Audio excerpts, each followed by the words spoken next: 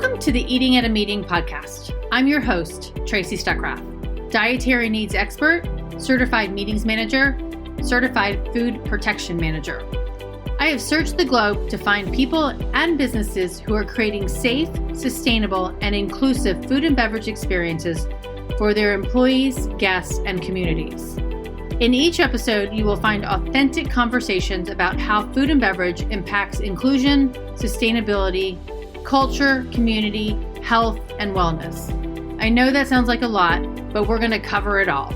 Are you ready to feed engagement, nourish inclusion, and bolster your bottom line? If so, let's go. Hello, everyone, and welcome to another episode of Eating at a Meeting. I am your host, Tracy Stuckrath, and I'm excited to be back in my home office, chatting with you and chatting with this gentleman over here, Mark Cooper. Where's my finger? Over across the pond in the UK. Mark is the CEO of IACC, and they just put out their new Meeting Room of the Future report.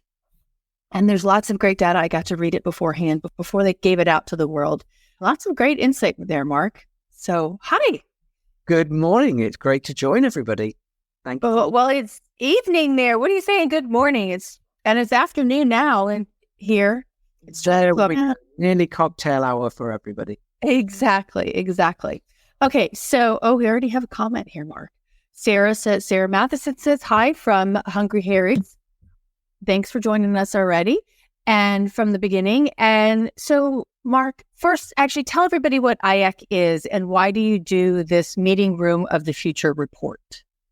Well, IACC is a really unusual community in the sense that I think it's probably still, and has been for a long time, the only association or community that represents the top 1% of meetings-focused conference venues in the world. And those that sit underneath the umbrella of being specialists in putting on events of less than 250 people. So if you take that niche, they have that focus, they have that strategy, they have dedicated meeting spaces. They really take meetings and smaller conferences and training seriously. We've got this lovely collection of 400 venues now that is built over 40 years in 23 countries that come together not necessarily to do business or to gain leads or connections, but actually to share ideas that matter. It's one big ideas exchange. It's about very entrepreneurial operators of these venues wanting to be with like-minded people, entrepreneurs, and to learn from them, learn from different cultures, learn from different types of venue so that they can stay in that top 1% and stand out from the crowd. So that's what the community is. We refer to ourselves as IACC. It was formerly the International Association of Conference Centers. IACC, I think, is the only word that still rhymes with kayak. So that's how I get people to remember it. But yeah, I have the absolute honor of representing all the entrepreneurs that sit in these 400 venues, from castles to day venues throughout the world, which is a privilege. Well, and I like the fact that you said entrepreneurs, because like Lada owns that conference center. In the Hoyden. Yes. And I mean, and so it is very entrepreneurial. You'd think that when you say conference center, it might be, and I know we're going to a Verizon conference center in next April for the conference, but that, right. But a majority of the membership are entrepreneurs. They are. And I think one of the reasons why we dropped the full explanation and just work with the acronym now, which is incredibly well known, so we didn't want to drop that, is because the word conference center can conjure up positive and negative. If you have been in the industry or the meetings industry for some years, you go back, it wasn't hard. Some very poor facilities would put the name conference center after their name, and the experience was pretty dull or pretty sort of, let's just say dull. Look, and so when you walk into a venue today, a meeting venue that really have that focus and expertise, like Lotta's property, one of the first to do away with having a desk between your reception team and your guests a few years ago now. But those that think differently about the experience a meeting attendee has, they're the ones that you get that warm, fuzzy feeling when you walk through and start to get involved in a meeting and think, wow, this space and this place and these people are really cool. Right. And I agree. And all the ones that I've been to, I don't know how many now, I agree with that statement across the board. So they're really unique and different and offer a lot of different opportunities than the standard convention center or hotel. So, okay. So we wanted to talk about the report. So this meeting room of the future, how many years have you been doing it? And what does the future mean? Is it 3 years, 10 years, 20 years? Yeah, of course. So given all of that we've said, Tracy, in regards to the footprint of our membership, the one thing that was obvious was for many years was that all the research and great work that's done for our industry on identifying trends, it was all very much focused on either very large events, they're easier to measure, or it was focused across the board and still you had that need to move to larger events. Nothing really said, we're going to focus on research for events of less than 200 people. And that's where Meeting Room of the Future came about. And that was 7 years ago. We used to run one report a year. Last year, we did 4. I don't know how we did that. We did 4 because last year, our industry was changing so fast. We were like, well, this has a 12-week shelf life maximum. We've got to do it again. So we're probably on about 11, 12 now over a 7-year period. And we either go out to meeting planners around the world, meeting professionals. So this year was that year, 2023, when we went out to 275 organizers of those smaller conferences, meetings and training courses globally to ask them what they feel the future needs to look like in terms of the venues in their offer, their service, their facilities in 3 years' time. So very specific. We don't know, we're not necessarily saying this has got to happen today, but we equal measure not saying give us something that may or may not be invented in the future. We do want to have trends. And our goal is to do one of two things. Of course, is to give those operators of the venues an idea of where we're heading so they invest in the right areas and create what meeting professionals want. But by equal measure, sometimes it's about giving meeting professionals something tangible. If they're tied to an organization or a boss that is unwilling to move from a venue they've always gone to for 10 years, an association that doesn't think that the venue is of importance, it's all about the content, it gives them some material, some data to take to those that can influence to say, this is the type of meeting facilities that the world wants. Look at our conference. We're not putting ourselves or immersing ourselves in these type of facilities, venues. Maybe we should think about it. So it's giving everybody in the industry a tool to look forward, whether they are a meeting professional or whether they're a venue operator. And that's always been the goal. And that's awesome. And so this, and just going to recap really quickly too, is that in other reports, you go to the venues as well, and you ask them what they're seeing. Yes, from their planners. Yeah, so next year we will do exactly that. We will ask a very similar set of questions of the venue operators. And what we're trying to do here is we're trying to, as well as get their opinion, we're also, particularly when we ask the meeting venue operators their opinion, is if we see a difference in priorities or trends, we see gaps emerging, then they're gaps that we really should address. In some cases, a difference of opinion might mean that a venue doesn't feel something's important to invest in, whereas a meeting professional thinks you've got to get your house in order and invest in these areas for me, because that's what my attendees demand. So we'll call out those differences, even if it means it's pretty uncomfortable to address it. We feel that's our role. To be the best, you've got to be willing to be criticized, knocked down, steered, influenced by others' opinions. And that's what we hope to bring forward by bouncing each year between one group and the other.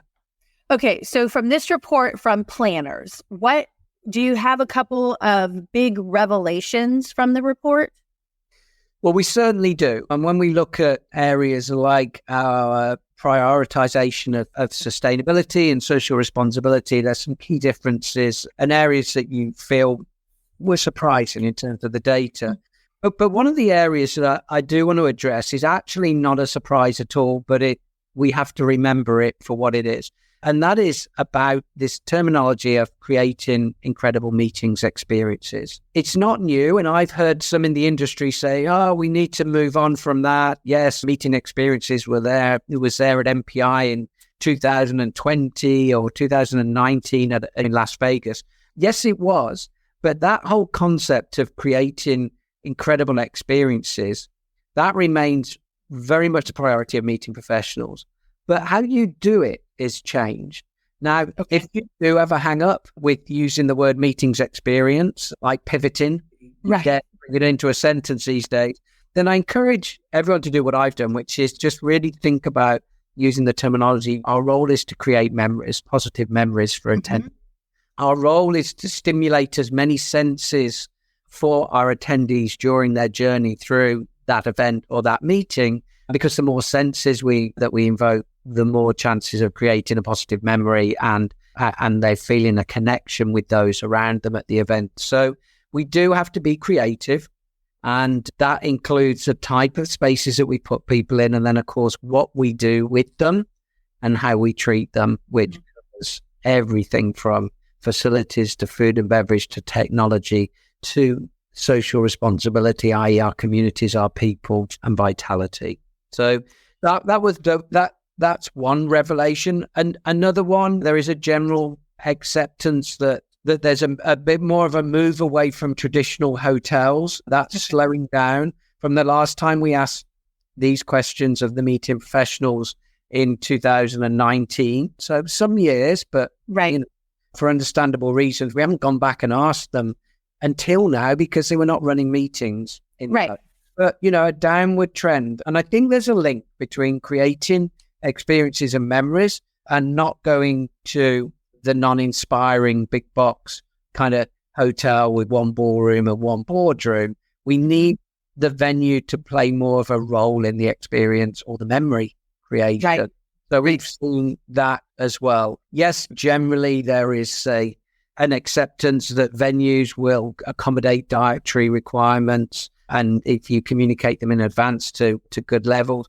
But also meeting professionals are telling us there's a much more significant acceptance that health and well-being is got to be a part of the menu planning, the food offer, and alternatives to just post-dinner bars. We've got to be doing more with that. Interestingly, as we think about that as a concept, one of our members in Sweden, I think, was incredibly brave just earlier this year. And they actually made a decision that as standard, all of their menus would become meat-free. And they made that the standard. So they flipped it, as opposed to asking one way, the standard being the other. They went the other way so that you needed to request an element.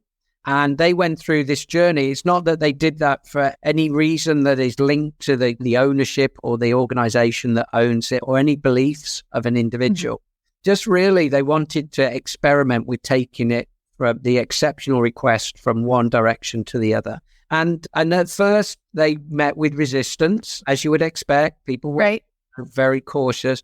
But actually, since going through those months of doing that, and believe you me, they had to put a huge amount of investment in their meal plan, their menu planning, to make sure menus were attractive, interesting, tasty, professionally presented. But they now have seen the resistance and the requests for exceptions going down. In fact, the feedback they're getting is their attendees are loving the dining experience, that they're being put in that they probably wouldn't be put in when they were at home. So good to see examples of pioneers like that member in Sweden doing that. Okay, that's really interesting because there's a couple of different organizations are also that I've had on the show too, is like make the default veg, right? And so making it that way and making the request the other way, right? And so that and see how it works, right? I mean, I like the fact that they did it as a experiment to see what would happen, but it's working. Yeah, right? It is. I mean, it's a fantastic little venue. Anyone who's going to Sweden, it's called Fagarud, and Sebastian Tarkowski and his team there do lots of things. They've been known for being experiential and experimental for many years, even in meeting room designs and, what they've done. So this isn't new for them, but it's new starting to see us do that. And it is linked to that more inclusive menu planning. Let's get as little in that exceptional you need to tell us about it box as possible. And that way we can be more efficient, more cost effective, have less waste, and have that impact on the climate as well as our budgets that we want. One shouldn't be at the expense of the other. And that came out in the report quite a lot. Yeah. Okay, cool. Awesome. Well, and I'm going to give everybody the link to the report. Now, Inga here has commented, experiences matter. She visited a local nursery this past weekend who blew her away as they built a fantastic new cafe and outdoor dining experience within the nursery space. And she's going to go back for that reason. I think that's really important. Oh, Mark, okay, she's asking to type in the name of that resort. Okay, let me do that. Let me make sure I get it right. Okay. And if you want to, I don't know if you can comment, put it in the chat for me. Do even better. I can pop the link straight in there. So it is F for Freddie, AGERUD.SE. And it is. Okay. And they're type. Okay. Copy link. I'm going to put it down here with the actual link. There we go. Awesome. And thank you for that. Why aren't you posting? Okay. I think it's there. There we go. Well, and even I talked to Simon from Why Boston, which is another one of your properties, but in the UK. Yeah. And they're in the UK, and I'm not sure if everybody's familiar with this. When you're giving food away, they actually have to put the full dietary information about not just dietary needs, but the full nutritional information about the food and beverage. And the other resort, they looked at some of their menu items, and this goes back to the healthiness aspect of it, is that they're like, holy moly, this food that we're serving, some of these items, they removed from their menus because they were so caloric, high in calories, or so high in salt, or whatever. They were like, I can't believe we're serving this. So they changed their menus in that respect. Visibility of information is important because it's not there with busy people. And I always say, Tracy, that actually, if we're to play a role in showing people the alternatives, I think we have much more chance of being successful if we do it through attendance at a conference and a meeting, because you don't choose like you choose on the menu when you go out for dinner with friends. With dinner with you know what you like, and unless you're of that, that type of person that will go for something on a menu because you have no clue what it is. A lot of people will favor routine. But when you go to a conference, I know I eat some of the foods I eat today because of having a career in the industry, and I've been to so many gala dinners and tried and been given something on a plate and think, I will hate that, and I love it. Right. And we have a chance to immerse people for a period of time in an environment to slightly change maybe behaviors or educate themselves through their food and beverage program and other ways, recycling, sustainability. It really is an opportunity not to be missed. We could touch and educate so many people silently or non-silently that way. Well, and I remember we're commenting to this one planner years ago, and she's like, well, all of my people they want this and they want this and they're overweight. And she's like, I want to feed them healthy. I'm like, well, you've got them for 3 days. It's your budget. Feed them the way that you want. If they want to go get something else, then have them do that. But you want them to come back. You want them to be sustaining and be healthy while they're with you. Because as one administrative assistant used to call me, is like, you're everybody's mama. Right. And like, so you're the mom and the dad of this, designing these meetings, and help them be healthier. When I've spoken to people about this, and they're being maybe a little bit afraid of taking steps because they think they'll displease part of these. And this links back to the very beginning of our conversation around where we're having something that gives evidence that this is the right thing to do. And the report and the statistics is that, because you could be that outlier meeting planner is fearful that your group, your audience is like no other group and no other audience, right? Of course, right. You always think that our community is special. But one of the reasons I believe it falls down is when we do stuff that's for the right intention, but we don't tell people in advance. And therefore, so if you take, for example, the conference that you will be coming to next week, we are reducing the carbon footprint by X number of CO2 tons. We've done this through careful planning. And as an organization, we will be giving back that in the form of, and you will be contributing to something as an organization. Mm-hmm. And if you package it, people, that they will go on that journey and they'll be trying things that are different, etc. I found personally through our events, you will get far less resistance. Mm-hmm. It's just do it, and you don't explain the reasons or give people a reason to get behind your idea in advance. So the communication beforehand and the way you package it maybe could help you if you are fearful. That's a really good example, and it's a really good model to follow, because and everybody wants transparency these days, right? And that's another form of that, and communicating how they're helping you support different things or how they themselves are helping do things is, I think that's huge, because everybody wants to give back these days in a variety of different aspects. And that leads me to maybe one of the other areas of the report that was quite surprising. So we spend a lot of time educating at industry events, whether it's IMEX, IBTM, WEC, PCMA, etc. We spend a lot of time recognizing and educating around social impact and sustainability.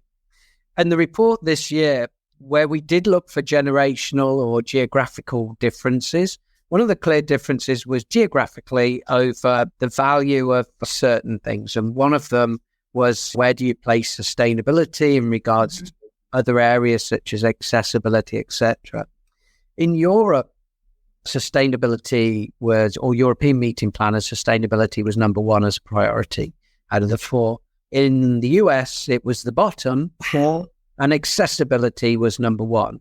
Now, before we try to pretend ourselves up and say, if we do believe that sustainability is still incredibly important, which I do, when you try to read between the lines, sometimes it might be a case that we actually know it's like running hot water. It's a hygiene thing. We know sustainability is important, but some of the other elements like accessibility are even more important for us in terms of action and change. So it might be that actually sustainability has become common practice. We're not putting it on a pedestal because we're doing it. And that's true.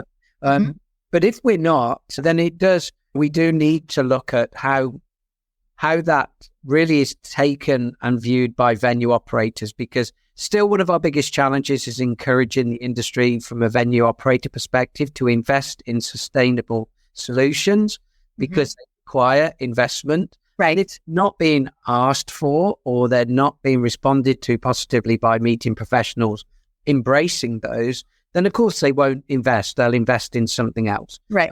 So really the voice of your group, your community, our community in terms of meeting organizers is, if we think it's important, ask for it in the RFP. And you know that only too well. You've presented with me on this whole topic. The power of asking if a venue does something or can do something is really quite profound. Well, and that reminds me of a planning meeting I was in last week for an event this Friday that I'm doing with the Raleigh, North Carolina Convention Center. And they did an event last summer, and it was about accessible events. And they got a checklist from the Kennedy Center on how to do some of these things. And they said, as soon as you step off the bus or out of your car or whatever, they can control that environment. And they realized through a checklist that they already were doing some things, but then they've decided, they're like, hey, we want to go ahead and make these other changes, however much the investment is to do these things. But they also learned that even if the meeting planner is not asking, we need to be telling them this is what we're doing, right? Because it might not matter to you for your meeting, but it's going to matter to me for my meeting. But then again, you show up for your meeting, Mark, and it does, that one aspect that they did has a huge impact on your meeting. And you didn't even think about it, right? Yeah. So doing it for the right reasons ahead of time and then explaining it is huge. And one of the other pieces of research, and forgive me, I can't recall where it was, but it was very recent, and the opinions is those incoming generations, they do want to know why you're doing something, why they're being put through, and the value that it has. So if you explain that, they will buy into the attractiveness of the venue, or will be attracted to, the event, than if you say, this is the content, this is what it is, this is the agenda, etc. They want to know why you're putting that event on, why you're doing what you're doing, what they will experience, what they will come away with.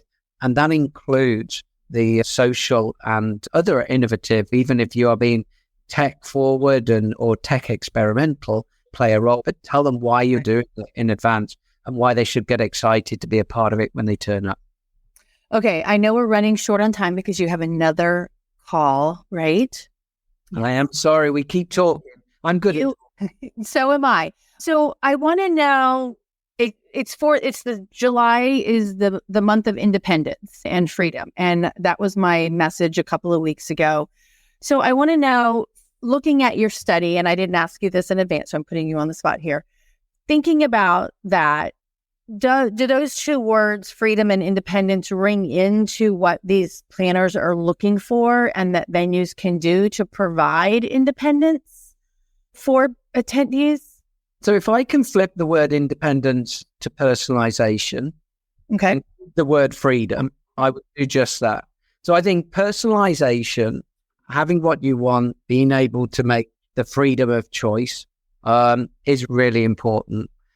And again, this isn't profound and new. It kind of was there before. We were talking pre-pandemic about having different tables, different chair solutions in meeting rooms so that people can sit on beanbags or high tops. Or we've had that, but still now going through, for instance, a food and beverage program has been able to personalize those even more powerfully than we did before, I think is absolutely right. Freedom, I equate freedom to choice. So again, that's putting on an event.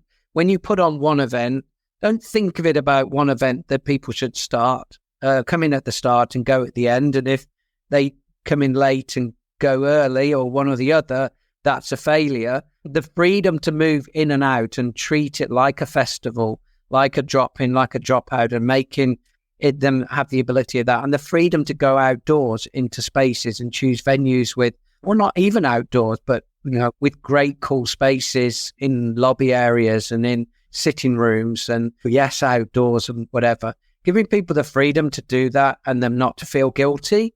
I'd say, yes, exactly right. I'd be really excited about a venue that embraced that and a meeting organizer that embraced it as well. And the program design that embraced that by equal measure. Yeah. And I think that goes back, it's tied into that accessibility, it's tied into that sustainability, it's tied into even the technology that you're incorporating into your events, right? Technology is there. We may not have gone all of the way that we thought we might do in the pandemic in terms of replacing live meetings. And we may be seeing some resistance and pushback to the hybrid and stream side of things just because we can get back now. But what I would say to anybody is beware of drawing opinions on what the future is going to be today, but absolutely embrace the concept of digitally live meetings will be here and strong for a long time. But they're all digitally charged now. So it's interwoven into the fabric of a live meeting as opposed to being one or the other. Right. Exactly. I love that. Okay. So I just flashed up your information of how to get a hold of you personally on LinkedIn. And he's the number one Mark Cooper, just if you noticed that one before that name. So look him up. And then Mark, how does everybody get in touch with you? I mean, with IACC, you've got your website there on next to your name. And then, oops, I took it away. Right. I'll put it back up there. Here's how to get the report itself. I did a bit.ly because the link was really long. So just copy that report and I will make sure that it's in the... Yeah, just Google IACC meetings and go to research and trends. Yeah. And the report is free to read online or there's download if you want it as a PDF. It's 38 pages of 275 meeting planners' perspectives. So it'll get much richer. And you have a really cool the infographic on it as well that people can look at. And I'm going to put that PDF link right there too. So, okay, Mark Cooper, thank you very much for spending time with me today. Pleasure, Tracy. Thank you. And everybody have a great rest of the day and get back to that cafe in the garden centre. I know that I mean out with cakes and plants by the bucketful. That's awesome. All right. Well, thank you so much for being here. And I will talk to you in the next few days, I'm sure. All right. Bye. Everybody, next week, and I'm blown away by this, is my 200th episode. I cannot believe that I started this in May of 2020 as Facebook Live conversations in the Facebook group, the Eating at a Meeting Facebook group. And you can join that join the Eating at a Meeting Facebook group, answer a couple of questions and participate there. So next week is 200th episode, and I have about 12 to 15 of my previous and talk to us about the current state of food and beverage. So I hope you join me next week for that. I'm very excited, and I would not be here without you as listeners and my guests who have been on the show. It's probably about 190 people that I have learned so much from. So stay tuned for next week, and I look forward to seeing you. Until then, stay safe and eat well. Thanks. Thanks for listening to the Eating at a Meeting podcast, where every meal matters. I'm Tracy Stuckrath, your food and beverage inclusion expert. Call me and let's get started right now on creating safe and inclusive food and beverage experiences for your customers, your employees, and your communities. Share the podcast with your friends and colleagues at our Eating at a Meeting Facebook page and on all podcast platforms. To learn more about me and receive valuable information, go to tracystuckrath.com. And if you'd like more information on how to feed engagement, nourish inclusion, and bolster your bottom line, then visit eatingatameeting.com.